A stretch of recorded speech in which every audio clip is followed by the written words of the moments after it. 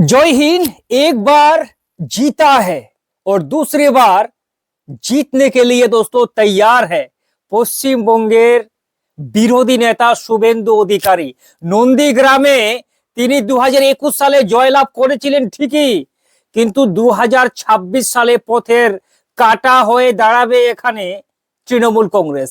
আজকের এই ভিডিওতে আমরা নন্দীগ্রামের এমন কিছু ফ্যাক্ট আপনাকে দেখাতে চলেছি, পূর্বের রেজাল্টগুলি এবং বর্তমান কি পরিস্থিতি চলছে নন্দীগ্রামে, তার উপর ডিপেন্ড করে আপনারা বুঝতে পারবেন আগামী 2026 সালে শুভেন্দু অধিকারী এই নন্দীগ্রামে জয়লাভ করতে পারবেন না। নন্দীগ্রামে কি সাইকোলজি কাজ করছে এই ভিডিওর মাধ্যমে স্পষ্ট আপনারা একটা ইঙ্গিত পেয়ে যাবেন। এই জন্য ভিডিওটা অবশ্যই শেষ পর্যন্ত দেখার চেষ্টা করবেন। প্রথমে আপনাকে বলি, সালটা ছিল 2011। মনে রাখবেন, পশ্চিম বাংলায় একটা হাওয়া আসলো, তৃণমূল কংগ্রেসের হাওয়া, যার দাপটে বামেদের 34 বছরের রাজত্বকে ধরাশায়ী করে বঙ্গ তৃণমূল কংগ্রেস।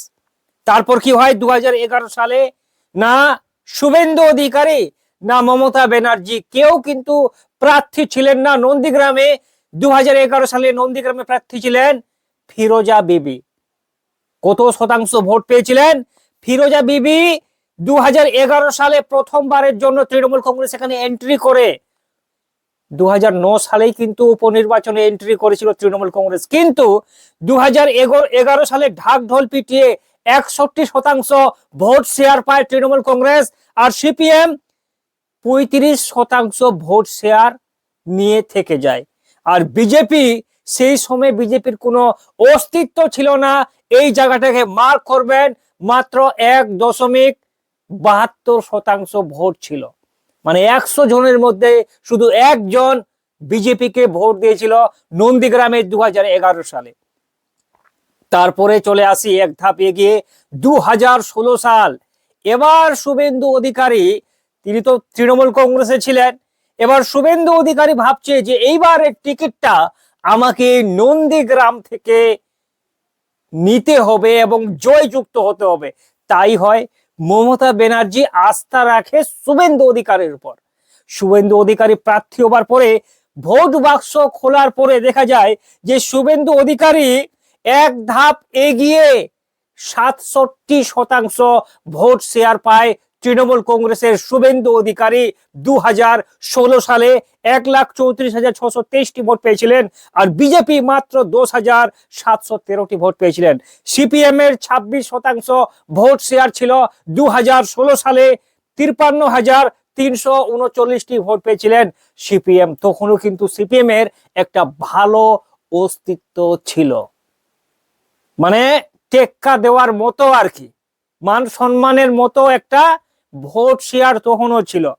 কি হয়, শুভেন্দু অধিকারী 2016 সালে 81,230 ভোটের একটি বাম্পার সুপার আউটস্ট্যান্ডিং মার্জিনে জয়লাভ করেন, মানে বিজয় হন 2016 সালে। তারপরে হচ্ছে আসল খেলা, যে শুভেন্দু বাবু আর তৃণমূলে তাকে ভালো লাগছে না। তৃণমূল একটা দুর্নীতিগ্রস্ত পার্টি, এই অভিযোগ নিয়ে তিনি বিজেপিতে জয়েন করেন। ওয়াশিং মেশিনে তিনি জয়েন করলেন, ঢুকলেন আর কি। এটা আমার কথা না, এটা অনেক মানুষরাই এটা বলে যে যেই সমস্ত নেতারা একবার বিজেপিতে গিয়ে ঢোকেন তারা ওয়াশিং মেশিনে গিয়ে ঢুকে গেলেন, যা কিছু পূর্বে করছিলেন সবকিছু ধুলাই হয়ে যায়।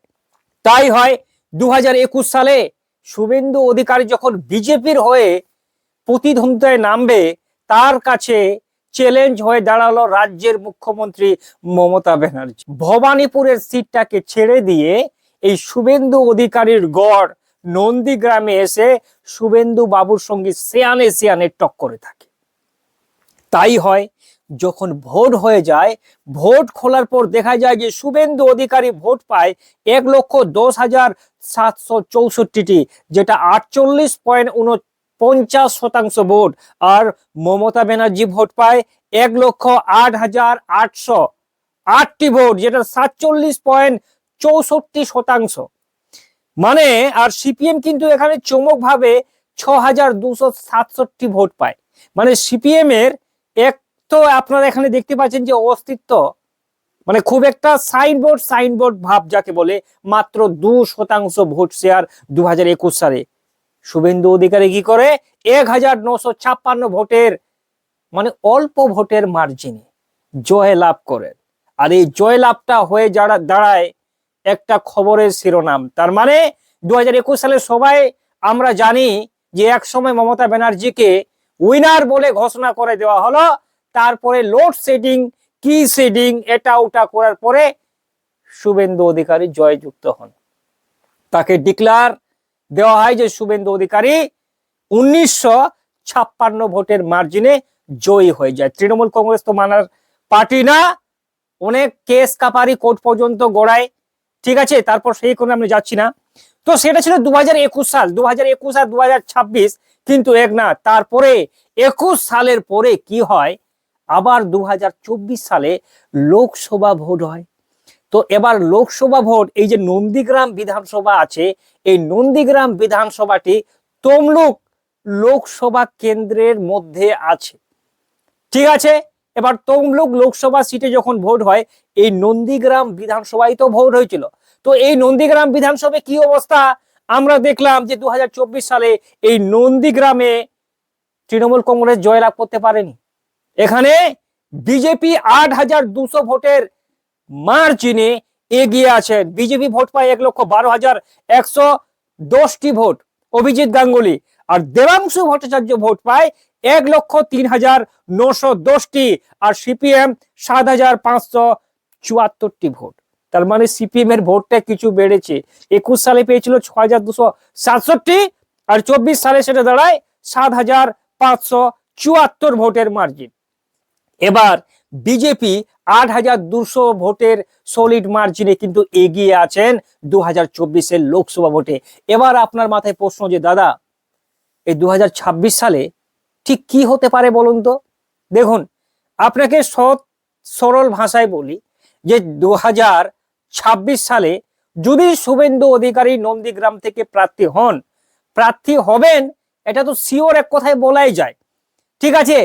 উপরন্তু যদি তিনি এখানে প্রার্থী হন, তাহলে এই সিটটা শুভেন্দু অধিকারীর জয়ের সম্ভাবনা প্রবল রয়েছে। ইতিমধ্যেই গোটা নন্দীগ্রামে একটা হইচই অবস্থা যে শুভেন্দু অধিকারী অনেক লোকের কাছ থেকে কোটি কোটি টাকা নিয়ে নয় ছয় করেছেন। ইতিমধ্যেই কিন্তু অনেক খবরের শিরোনামে আসছে, আপনারা হয়তো সবাই জানেন। সেই ফ্যাক্টরটা ভোট পর্যন্ত হয়তো গড়াবে না। শুভেন্দু বাবু প্রার্থী হলে তার একটা ব্যক্তিগত প্রভাব নন্দীগ্রামে রয়েছে, তাই এই সিটটা শুভেন্দু অধিকারীর জয়ের সম্ভাবনা প্রবল রয়েছে। আপনার কি মতামত কমেন্ট বক্সে অবশ্যই শেয়ার করুন।